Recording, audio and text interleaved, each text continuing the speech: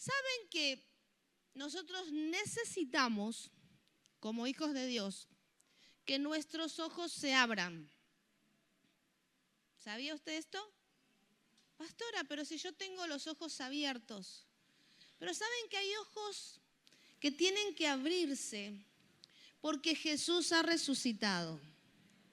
Sí, pastora, nos hablaron de Jesús, Shirley, Eduardo. Pero ¿saben? Hay un par de ojos que tienen que ser abiertos. Diga conmigo, mis ojos tienen que ser abiertos. Hace 2 domingos atrás, ¿de qué predicó nuestro apóstol?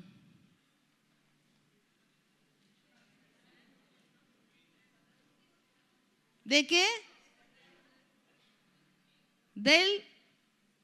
¿Se acuerdan del? Hablen. De la entrada triunfal. ¿Se acuerdan de los burritos? ¿Desataron los burros que habían ustedes? Yo no estaba acá, pero escuché. Siempre tenemos que soltar algún burrito que tenemos atado dentro de nuestra vida, ¿sí? El domingo pasado, ¿de qué se predicó? A ver, ¿quién me habló? Del poder de la resurrección. ¿Y los demás no se acuerdan? ¿A qué iglesia fueron? Tienen razón, perdón, los reté. Cuando me equivoco tengo que pedir perdón. Se predicó del poder de la resurrección domingo a la tarde y domingo a la noche. Pero se predicó del poder de la resurrección, aparte de las palabras que nos trajo el profeta y la profeta el domingo a la mañana, tremendo.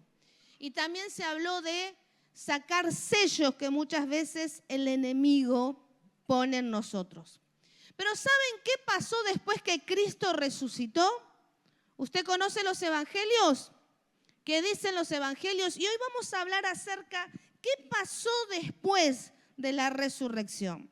Y por eso vamos a recordar este pasaje, que lo conocemos mucho y quizás usted lo escuche por primera vez. Dice Lucas 24, 1 al 12. El primer día de la semana, muy de mañana, las mujeres fueron al sepulcro. Diga conmigo, primero las mujeres. Ah, bien, qué rápido. Llevando las especias aromáticas que habían preparado, encontraron que había sido removida la piedra que cubría el sepulcro y al entrar no hallaron el cuerpo del Señor Jesús. Mientras se preguntaban qué habría pasado, se les presentaron 2 hombres con ropas resplandecientes. Asustadas, se postraron hasta tocar el suelo con su rostro, pero ellos dijeron: ¿por qué buscan ustedes entre los muertos al que vive? No está aquí, ha resucitado. Recuerden lo que dijo cuando todavía estaba con ustedes en Galilea. El Hijo del Hombre tiene que ser entregado en manos de hombres pecadores y ser crucificado, pero al tercer día, ¿qué? Entonces ellas se acordaron de las palabras de Jesús. Diga conmigo, se acordaron. Al regresar del sepulcro les contaron todas estas cosas a los 11 y a todos los demás.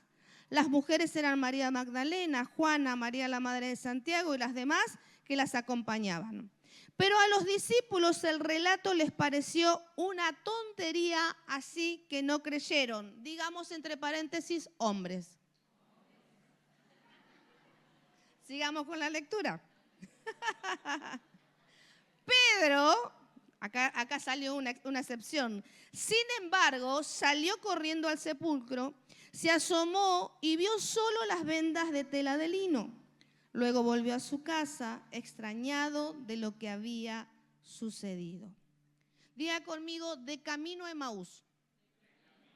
Y seguimos la lectura. Aquel mismo día, 2 de ellos se dirigían a un pueblo llamado Emaús. ¿Quiénes eran 2 de ellos? Unos discípulos de Jesús también. A unos 11 kilómetros de Jerusalén, iban conversando sobre todo lo que había acontecido. Sucedió que mientras hablaban y discutían, Jesús mismo se acercó y comenzó a caminar con ellos. Pero no lo reconocieron. Diga conmigo, no lo reconocieron. Pues sus ojos estaban velados. ¿Qué vienen discutiendo por el camino?, preguntó. Se detuvieron cabizbajos. uno de ellos llamado Cleofas le dijo, ¿eres tú el único peregrino en Jerusalén que no se ha enterado de todo lo que ha pasado recientemente? ¿Qué es lo que ha pasado?, preguntó. Ellos respondieron, lo de Jesús de Nazaret. Era un profeta poderoso en obras y en palabras delante de Dios y de todo el pueblo. Los jefes de los sacerdotes y nuestros gobernantes lo entregaron para ser condenado a muerte y lo crucificaron. Pero nosotros abrigábamos la esperanza de que Él redimiera a Israel. Están hablando en pasado, pero nosotros ¿qué? Abrigábamos, pensábamos que era la esperanza de que era el quien redimiría a Israel. Es más, ya hace 3 días que sucedió todo esto. También algunas mujeres de este grupo, de algún grupo de vida seguramente, nos dejaron asombrados. Esta mañana muy temprano fueron al sepulcro, pero no hallaron su cuerpo. Cuando volvieron nos contaron que se les había aparecido unos ángeles, quienes les dijeron que Él está vivo. Algunos de nuestros compañeros fueron después al sepulcro y lo encontraron tal como habían dicho las mujeres, pero a Él no lo vieron. ¿Qué torpes son ustedes?, les dijo, y qué tardos de corazón para creer todo lo que han dicho los profetas. ¡Wow! ¿Quién dijo estas palabras? Jesús.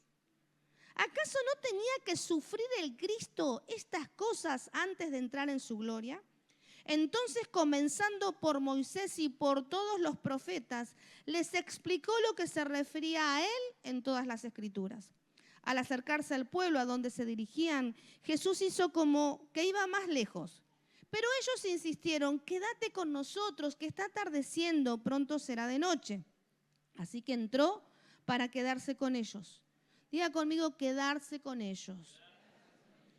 Luego, estando con ellos a la mesa, tomó el pan, lo bendijo, lo partió y se lo dio. Entonces les abrieron los ojos y lo reconocieron. Pero Él desapareció. A Jesús le gustaba jugar al fantasma. Se decían uno al otro, ¿no ardía nuestro corazón mientras conversaba con nosotros en el camino y nos explicaba las Escrituras? Y yo tengo que decirle, sí, pedazo de discípulos. Al instante se pusieron en camino y regresaron a Jerusalén. Allí encontraron a los 11 y a los que estaban reunidos con ellos. Es cierto, decían, el Señor ha resucitado y se le ha aparecido a Simón. Los dos, por su parte, contaron lo que les había sucedido en el camino y cómo habían reconocido a Jesús cuando partió el pan. ¿Vieron que a veces somos como esos pedazos de 2 discípulos de los que hablamos? Camino a Emaús. Ahí estaban estos 2 discípulos. Pero miren, había sucedido el evento más poderoso de la historia. La historia se había partido en 2, antes de Cristo y después de Cristo. Se había cumplido la profecía de 700 años antes que el Mesías iba a venir a salvar, a liberar. Eso era lo que estaba sucediendo. Diga conmigo, Jesús había resucitado. Venció a la muerte, exhibió públicamente a principados y a potestades, le quitó las llaves del Hades, se levantó de los muertos y todo se estaba cumpliendo como lo decían los profetas y todo se estaba cumpliendo como Jesús lo había manifestado desde que comenzó a manifestar el reino de los cielos. Diga conmigo, pero continuará, como dicen las películas. No lo reconocieron. Qué sensación extraña es cuando alguien no te reconoce, ¿verdad? Que nos conocemos de algún lado, pero no te conozco. Yo trato de disimular, por lo general, trato de acordarme de los nombres, pero me pasa en ciertos lugares y me dice, hola pastora, ¿cómo le va? Y empiezo 1, 2, 3, 4, 5. Tengo que reconocerlo de alguna manera. Pero a veces es una sensación muy fea cuando alguien no nos reconoce. Pero la primera en reconocer a Jesucristo fue María. Lo vimos representado aquí.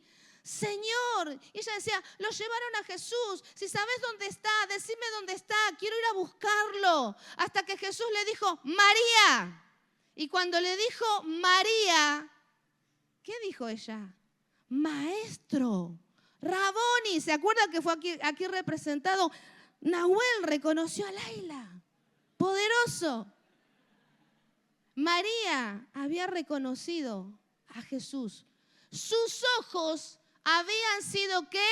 Abiertos. Mira al que está al lado a ver si se está durmiendo, sus ojos están bien abiertos. Yo acá veo muchos ojos abiertos. Qué bueno, gloria a Dios. Y ahí estaba María. Pero él tuvo que presentarse muchas veces ante sus discípulos para que le reconocieran. Qué sensación fea la de Jesús. Presentarse una y otra vez. Amados, discípulos, amigos, soy yo, soy Jesús. El otro día vi un reel que hace unos años lo vi, me encantó. ¿Vieron a una familia que le hacen creer al hijo que desaparece? ¿Lo vieron? Y que el pobre chico trata de decir, estoy acá, y todos hacían que no lo veían y que no lo reconocían. Y el nene se pone a llorar por desesperación. Y muchas veces Jesús tiene entristecido su corazón porque sus hijos, sus discípulos, no lo reconocen. Qué feo es no reconocer. Qué feo es negar. Qué feo es saber que Jesús nos está hablando o algo quiere hacer en nosotros, pero nuestros ojos están cerrados. ¿Saben que Jesús de todas las maneras traspasó las paredes? Le dijo a Tomás, Tomás, estuvimos 3 años juntos, mirá, si no crees, mirá, toca. Y encima Tomás le decía, no, yo tengo que ver, tengo que tocar para creer. ¿Cuántos de sus discípulos somos así? Y Jesús nos está manifestando su gloria, pero no lo reconocemos. Y ahí estaban los otros discípulos y diciendo lo que dicen estas mujeres es una tontería. Hombre, te recomiendo que cuando una mujer te dice algo, créele. Porque somos las primeras en enterarnos. ¿Cuántos dicen amén? Eso no cabe duda. Pero ellos tenían los ojos cerrados. Su entendimiento estaba velado. Su mente estaba cerrada. Y encima fueron a pescar. Y Jesús se presenta. Y Jesús lo llama. Y Jesús está haciendo ahí un pescadito rico para ellos. Y estos pedazos de discípulos no lo reconocían. Nosotros nos ponemos contentos cuando Jesús. Amén. Cuando el pastor nos hace un pescado, una trucha a la crema. Es su especialidad. Si quiere probarla, dígale que lo invite. No sé cuándo lo va a invitar, pero usted pídaselo. Entonces todos empezamos y queremos disfrutar esa trucha a la crema al horno que él hace.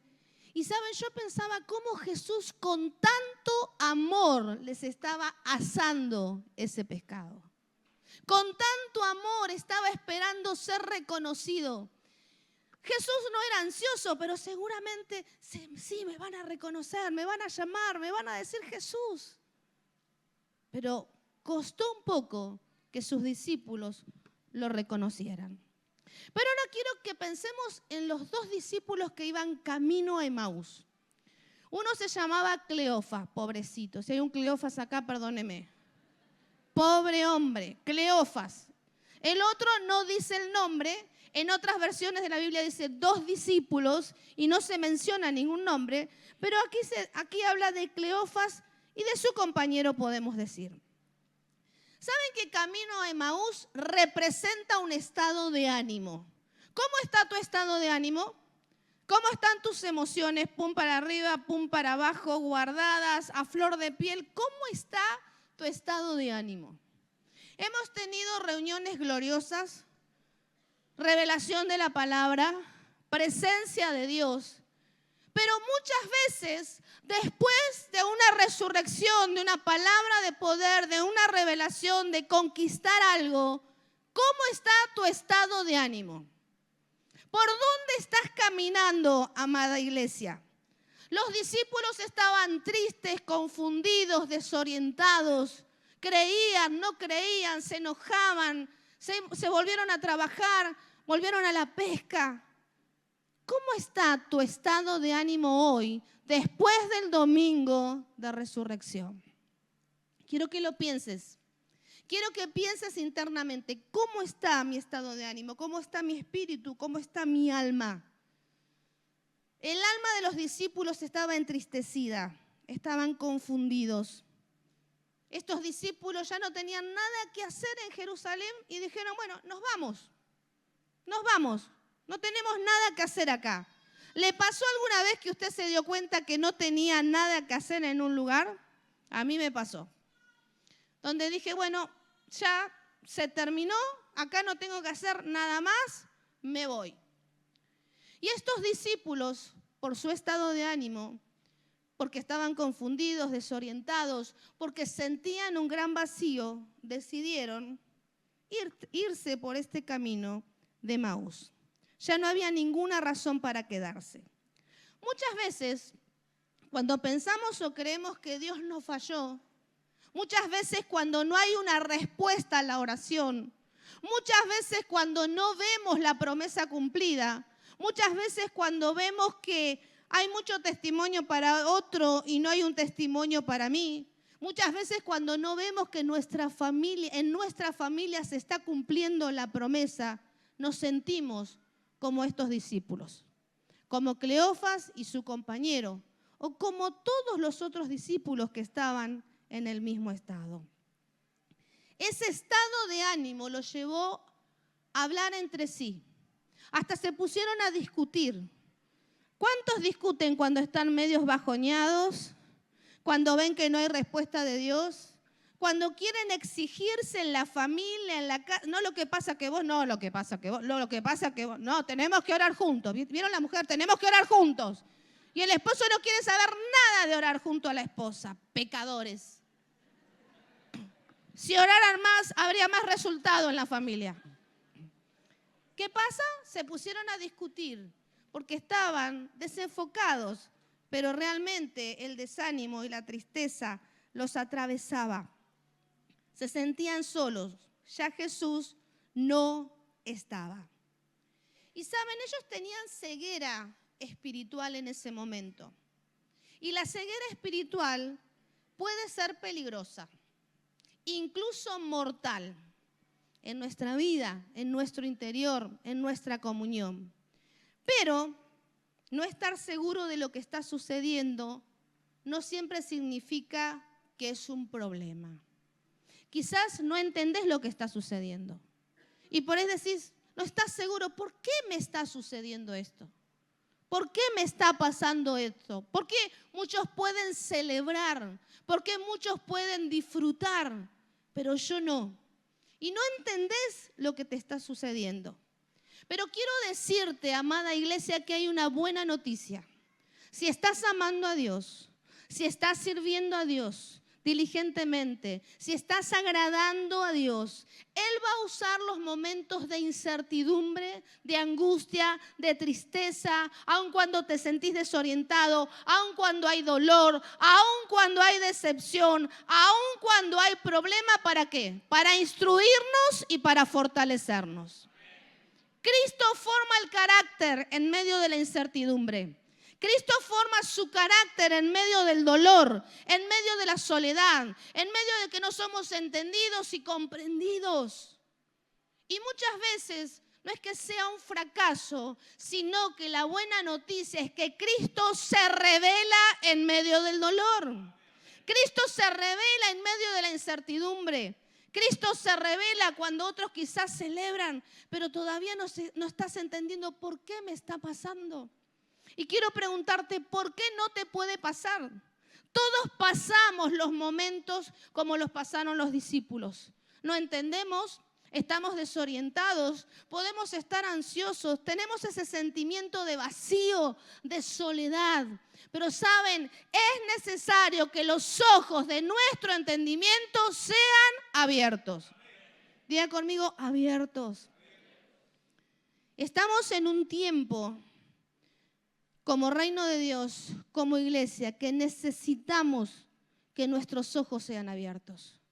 Usted está aquí porque hubo un par de ojos en su corazón que se abrieron.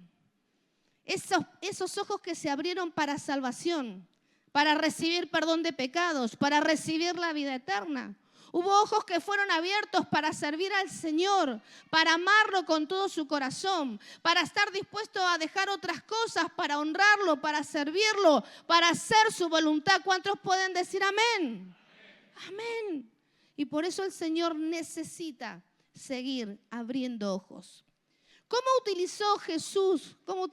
utilizó Jesucristo la ceguera de los dos discípulos para enseñarles algo fundamental? Como leímos, dice, entonces, comenzando por Moisés y por todos los profetas, les explicó que se refería a él en todas las Escrituras. La palabra de Dios comenzó a revelarse.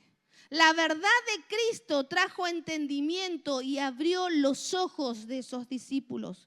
Jesús fue revelado, ya no era Jesús, sino que era el Cristo. ¿Por qué el Cristo? Porque ya había sido ¿qué? Glorificado, ya había sido resucitado y ya se estaba preparando para ir a su lugar de gloria, a sentarse al trono. Ya estaba preparando a los discípulos porque iba a venir su ascensión, se iba a ir de la tierra y en cualquier momento iba a venir Pentecostés, la promesa que Jesús había hecho, no los voy a dejar solos.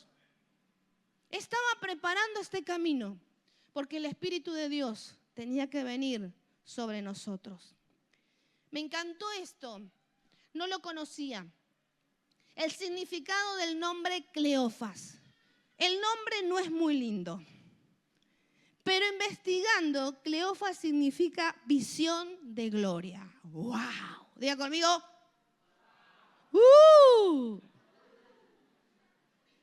Muchas veces nuestra visión es terrenal, pero en Emaús hubo una revelación, una visión ¿de qué? De gloria, una visión divina, una visión celestial. Algo se iluminó en la vida de Cleofas y sus discípulos. ¿Cuántos Cleofas hay en esta noche? ¿Cuántos quieren tener esa visión de gloria, de reino, esa visión celestial, esa visión divina? Por eso necesitamos ponernos los anteojos de la gloria, de la visión que viene solo de Dios. Esa visión poderosa, a través de esa visión de gloria, lo reconocieron y le fueron abiertos los ojos del entendimiento. Pudieron ver ¿qué? Espiritualmente. ¿Vieron que ahora cualquier cosa que hacemos? ¿Y Jesús qué les hizo a los discípulos?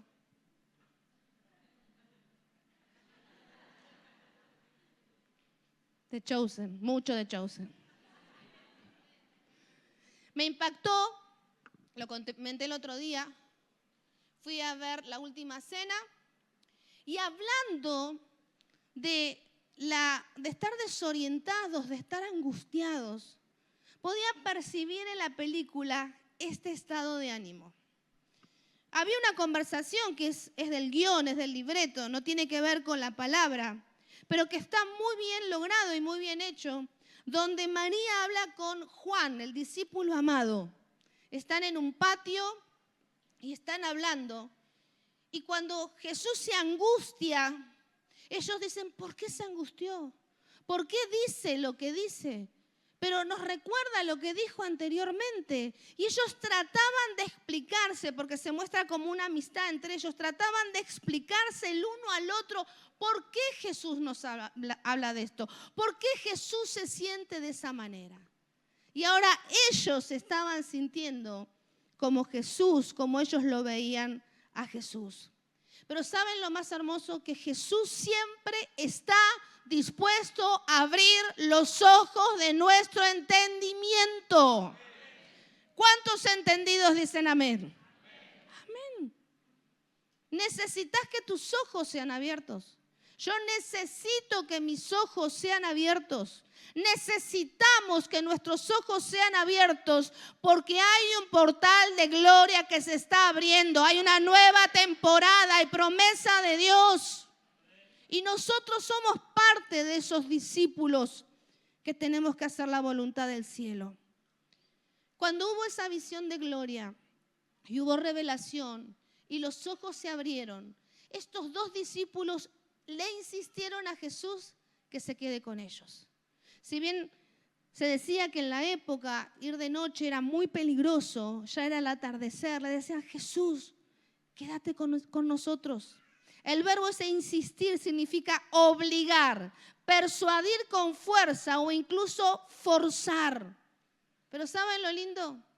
Que el Señor Jesús muchas veces se deja convencer por la insistencia de sus hijos, por la oración de sus hijos, por la petición de sus hijos. Y Jesús se queda, el Señor se deja convencer. Y la insistencia de los discípulos los llevó a tener una revelación y una experiencia sobrenatural en sus vidas. El Cristo glorificado se sentó a la mesa con ellos. ¿Cuántos quieren sentarse a la mesa con Jesús? Que Jesús esté dispuesto a sentarse una vez más con nosotros y nosotros con Él. Las palabras que ellos utilizaron para pedirle y suplicarle a Jesús: quédate con nosotros. Y yo le decía al pastor cuando veníamos, hablábamos los dos, y ellos decían: no ardía en nuestro corazón cuando Jesús hablaba así. Sí, por algo ardía el corazón. Y muchas veces por algo arde nuestro corazón, porque Jesús está en el asunto. Jesús nos está buscando, Jesús está caminando a nuestro lado, Jesús está llamando nuestra atención. Jesús en estos días está llamando tu atención, tu atención, tu atención, tu atención. Y no es que celebramos las Pascuas solamente para recordar, siempre Jesús se revela en su muerte y en su resurrección. Estamos camino a Emaús. Y Jesús necesita ser revelado. Tus ojos necesitan ser abiertos. Tu entendimiento tiene que ser activado. Y todo lo que pasa en nuestra vida y alrededor de nuestra vida es totalmente espiritual. ¿Estás en un camino de Emaús en este momento? Quiero que lo pienses. Y si alguien está en un camino de Emaús, que me levante la mano. Nadie se anima a levantar la mano. ¿Saben, iglesia? Estamos en un camino de Emaús. A veces nos la creemos. Yo tengo todo, yo sé todo. Yo conozco todo. Yo conozco la palabra, yo oro, yo sirvo. Pero estamos en un camino de Emaús. Porque Jesús está muy interesado en darte a conocer lo que Él tiene para tu vida. El problema muchas veces es tu soberbia. El problema muchas veces es el lugar que Jesús ocupa. El problema muchas veces es creer que porque venimos a la iglesia ya está todo resuelto. Pero quiero decírtelo con amor y con autoridad. Jesús se quiere revelar a tu vida. Y miren lo que dice Efesios 1. Pido que el Dios de nuestro Señor Jesucristo, el Padre glorioso, les dé el espíritu de ¿qué? Dígalo con fuerza, de sabiduría y de revelación. Muy bien. Para que lo conozcan mejor. ¿Vieron que es necesario que nuestros ojos sean abiertos? Que les dé espíritu de sabiduría y revelación para que lo conozcamos ¿qué? Mejor. Para que los conozcamos más. Amén. Pido también que les sean iluminados los ojos del corazón, para que sepan a qué esperanza Él los ha llamado, cuál es la riqueza de su gloriosa herencia entre los santos y cuál incomparable es la grandeza de su poder a favor de los que creemos. Ese poder es la fuerza grandiosa y eficaz que Dios ejerció en Cristo cuando lo resucitó de entre los muertos y lo sentó a su derecha en las regiones celestiales. ¿Quién estaba pidiendo esto? El apóstol Pablo. ¿Qué revelación que tenía del Cristo resucitado? De la obra de Cristo manifestada en él. Y también en la iglesia de Éfesos, en los Efesios. Pido que el Dios de nuestro Señor Jesucristo les dé espíritu de sabiduría y revelación para que conozcan mejor. ¿Cuántos necesitan el espíritu de sabiduría y revelación? Yo lo necesito. Todo el tiempo necesitamos la sabiduría de Dios, la revelación que viene del cielo. Por favor, Omar. Esa revelación que solamente viene del corazón de Dios. Pido también que les sean iluminados los ojos del corazón. Y cuando dice los ojos del corazón, tiene que ver con nuestra mente, tiene que ver con nuestro espíritu. Los ojos de tu mente, los ojos de tu corazón, los ojos de tu espíritu, los ojos espirituales, lo que está dentro nuestro. Y tiene que ver con la capacidad de percibir con los sentidos espirituales, poder ver espiritualmente, poder escuchar espiritualmente, poder oler espiritualmente, poder ¿qué? Palpar espiritualmente y poder hablar en sabiduría y revelación por el poder de la palabra. A mí me pasa muchas veces que cuando voy a un lugar puedo oler el lugar, el ambiente espiritual. Esto es una capacidad, es un sentido espiritual. Puedo percibir lo que pasa en un lugar. Eso es la revelación, es discernimiento de espíritu. Puedo percibir la ruina, puedo percibir el espíritu de muerte, el espíritu de miseria. Puedo hablar con alguien y percibir el espíritu de religiosidad. Puedo percibir un espíritu contrario, un espíritu de burla. Y eso es lo que hace el Señor, nos da capacidad que espiritual, sentidos espirituales. Algo que me pasa muchas veces confrontar y percibir el espíritu altivo, el espíritu que no recibe, el espíritu que cree que sabe todo, que está muy relacionado con el espíritu de religiosidad. Al igual que no podemos ver con nuestros ojos físicos y muchas veces los podemos tener cerrados, ninguno de nosotros puede ver con nuestra comprensión si nuestras mentes están cerradas. Cuando mi mente está cerrada, haga conmigo, cuando mi mente está cerrado, mi corazón está cerrado, mi entendimiento está cerrado, Jesús tiene que llamar nuestra atención. Él se tiene que revelar. Él tiene que abrir nuestros ojos espirituales. Y saben que puedo sentir la tristeza del corazón de Jesús cuando somos tan cerrados y no dejamos que Él abra nuestro entendimiento. Conozco aquí una persona que no ve físicamente, pero tiene sus ojos espirituales totalmente abiertos. Y que muchos no saben que no ve físicamente. Y yo admiro eso. Y una vez le digo, ¿cómo haces? Y me dice, es un secreto. Encima me dijo, es un secreto. Y no me lo reveló. Pero decir, hay una capacidad desarrollada para moverse naturalmente. Pero hay ojos espirituales que se han abierto en ellas también.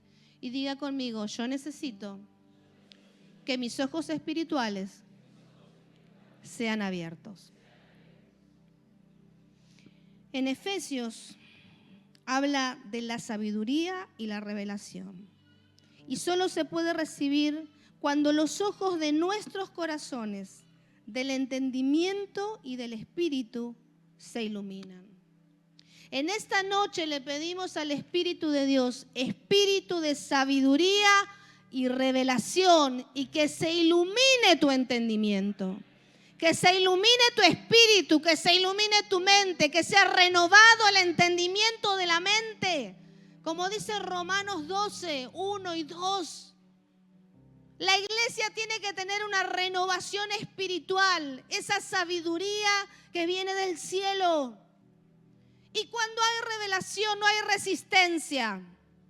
Cuando hay revelación tenemos que responder a Dios, porque algo arde en nosotros.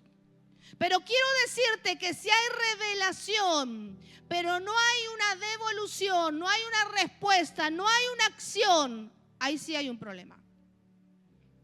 Porque una vez que algo nos es revelado, nos es declarado, es una verdad en nosotros, si no obedecemos, hay un problema. Y eso trae una condenación sobre nosotros. Porque no estamos respondiendo a esa sabiduría y a lo espiritual y a lo que Dios está diciendo. Miren, la palabra comprensión en el inglés se traduce corazón. Tenemos que comprender, tenemos que entender. La palabra griega comprensión tiene que ver con como mente, comprensión e imaginación. Y parece un trabalenguas. Pero yo quiero, ¿por qué pongo esto? Para mí el significado de las palabras tienen poder. Comprensión en tu corazón, comprensión en tu mente. Y el entendimiento espiritual te ayuda a ¿qué? A activar la fe, a imaginar, a creerle al Señor, a saber que lo que Dios te ha dicho va a ser una verdad en tu vida. Que una promesa que te ha declarado va a ser cumplida en tu vida, en tu casa, en tu familia, en el ministerio, en el llamado, en la economía, en las relaciones, en la restauración. Tiene que ver con toda nuestra vida.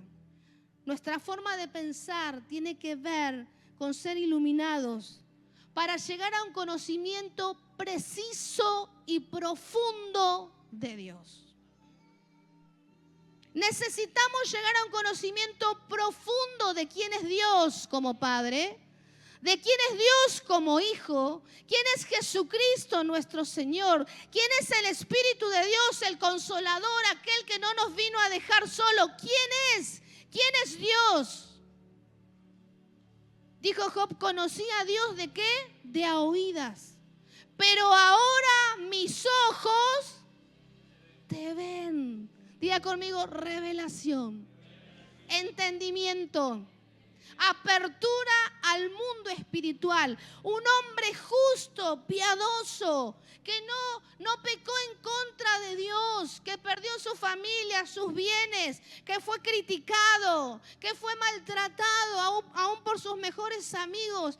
Pero dice, Señor, de oídas te conocía, pero ahora yo veo esto, mas ahora mis ojos te ven. Y se abre el entendimiento.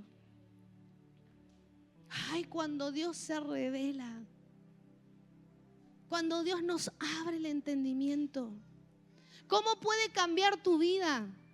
¿Cómo puede cambiar tu casa? ¿Cómo pueden cambiar tus decisiones cuando hay entendimiento y hay revelación de Dios? ¿Cómo puede cambiar tu carácter? ¿Cómo puede cambiar tu comportamiento? ¿Cómo puede cambiar tu testimonio cuando hay revelación de Dios? La iglesia de Jesucristo necesita espíritu de sabiduría y revelación, porque estamos caminando en nuevos tiempos. Y hay un camino de Maús donde la visión de gloria tiene que ser manifestada y revelada. Y puedo asegurarte que hay cosas que se van a manifestar mucho más rápido de lo que pensamos. Hay otras que están totalmente en el tiempo de Dios. Pero hay otras que tienen que ser manifestadas por la revelación a nuestras vidas. Y cómo nosotros respondemos a ese llamado de atención de nuestro Señor Jesús. La mente espiritual hacia la verdadera vida, el entendimiento a esa paz que es Jesucristo en nosotros. Y la revelación de la mente es el camino para conocer la voluntad de Dios, que es buena, agradable y perfecta. ¡Wow! Cuando hablamos del espíritu de sabiduría y revelación, para que sepan a qué esperanza los ha llamado. ¿Cuál es la riqueza de su gloriosa herencia? ¿Cuán incomparable es la grandeza de su poder? Necesitamos que sean abiertos los ojos de nuestro entendimiento como hijos, como discípulos, como pastores, como siervos, como apóstoles, como iglesia, para que sepan a qué esperanza los he llamado. ¿Cuántos saben a qué los llamó el Señor? ¿Cuál es la esperanza? ¿Para qué nos llamó? ¿Ustedes creen que los efesios, que esa iglesia no sabían estas cosas? Seguramente que sí que las sabían. Pero se ve que era necesario activar y manifestar el espíritu de sabiduría y revelación. No podemos vivir con la revelación del pasado. La sabiduría de Dios no tiene límite. Siempre la sabiduría es una fuente de sabiduría, de conocimiento, de revelación. No puedo seguir con la misma sabiduría, con la revelación de hace unos años o de hace unos meses. El Señor quiere seguir revelándose. Cada uno de nosotros necesitamos un conocimiento, una revelación completa, precisa, dijimos, y profunda de Dios. Miren los discípulos de Jesús. Habían estado 3 años y medio con Jesús, pero su entendimiento había sido ¿qué? Cegado, cerrado, sellado. Quiero que pienses cuánto hace que conoces a Jesús. ¿Cuánto hace que venís a la iglesia? ¿Cuánto hace que servís? Quiero decirte que el espíritu de sabiduría y de revelación es necesario que se siga manifestando para que no haya ceguera espiritual y para que se abran los ojos del entendimiento. Esta era la oración del apóstol Pablo y esta es nuestra oración con nuestro apóstol y pastor. Que sean abiertos los ojos del entendimiento. Que haya espíritu de sabiduría y revelación donde Dios te ha puesto, donde Dios te ha llamado, donde Dios quiere colocarte, donde Dios quiere hacer algo en tu familia. Para que sepan a qué esperanza los he llamado. Nuestra fe en Cristo nos hace participantes de todo lo que es Cristo y de todo lo que Cristo merece. Miren qué revelación. Para que sepan a qué esperanza los he llamado. Todo lo que es de Cristo y todo lo que merece Cristo es mío. Los he llamado a esa esperanza. Todo lo que de Cristo tiene que ser revelado y manifestado en mi vida. Estoy con Cristo sentado en lugares celestiales. Tengo herencia con Cristo. Tengo identidad con Cristo. Tengo el mismo Padre que Cristo. Pertenecemos a esa familia escogida, a ese real sacerdocio. Todo lo que merece Cristo es para nosotros. Que esa sea tu revelación. Todo lo que es de Cristo nos pertenece. Y dice Gálatas 3:29, si ustedes pertenecen a Cristo, son la descendencia de Abraham y herederos según ¿qué? ¿Más claro? Le echamos la bandina, agua. La palabra es súper archi clara. La riqueza de su gloriosa herencia. Es importante saber que la herencia que está dentro nuestro es la herencia de Cristo. Y que la herencia que nosotros tenemos es el legado que vamos a dejar en nuestras familias naturales y en nuestros discípulos y nuestra familia espiritual. Todo lo que tenemos y todo lo que somos y todo lo que podemos lograr, la estatura que podemos lograr, viene de Cristo. La plenitud es Cristo. La gracia es Cristo. El poder es Cristo. La santidad es Cristo. Todo viene de Él y todo es para Él.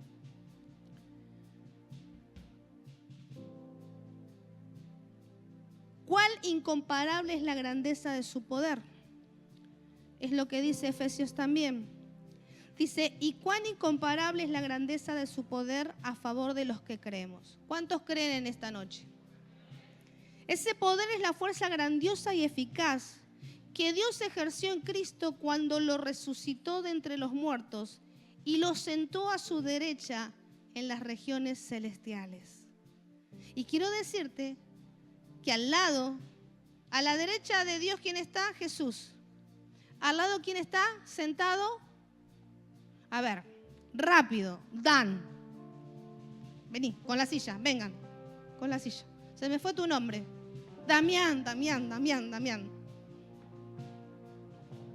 Siéntense, por favor. A ver, hermano, usted que es alto y grandote, venga, por favor.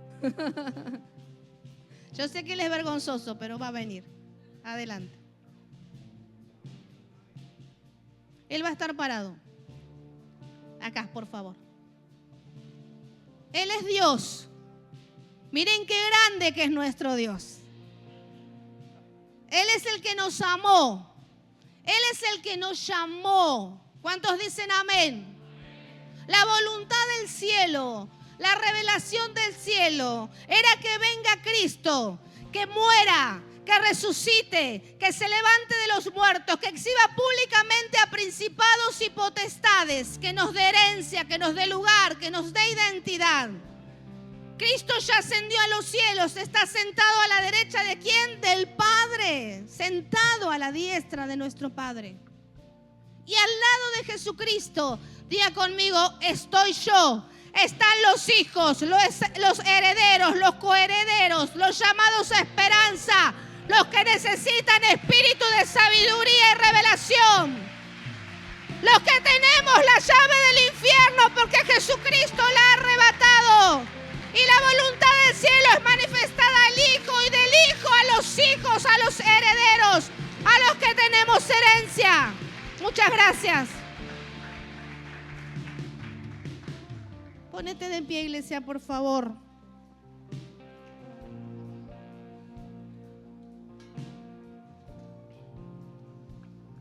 Las mujeres se acordaron de la palabra de Jesús. Los discípulos de Emaús se le abrieron los ojos y lo reconocieron. Tuvieron una visión de gloria, una visión divina. Habían reconocido a Jesús cuando terminó de partir el pan. Y Jesús se fue, porque ya no era necesario que esté en ese lugar, porque ya había habido una visión de gloria. ¿Qué necesitas reconocer? Tienen que ser abiertos tus ojos del entendimiento, de tu alma, de tu espíritu, de tu mente. Dijimos que Emaús es un estado emocional, pero hay una raíz del significado de la palabra Emaús que tiene que ver con una estación, y la estación es la primavera. Es cuando algo nace, cuando algo renace, cuando salimos de la tristeza del invierno a la alegría de la primavera. No está mal que caminemos por Emaús, no es tu condena, es tu lugar de revelación, es tu lugar para que los ojos sean abiertos. Yo quiero tener como Cleofas una visión de gloria, una visión divina, una visión eterna. Esa visión cambia el entendimiento de nuestra mente. Iglesia, vamos a alcanzar lo que Dios nos ha prometido con un cambio de mentalidad, con espíritu de sabiduría y revelación, dejando que los ojos del entendimiento sean iluminados, alumbrados, abiertos a la revelación del cielo.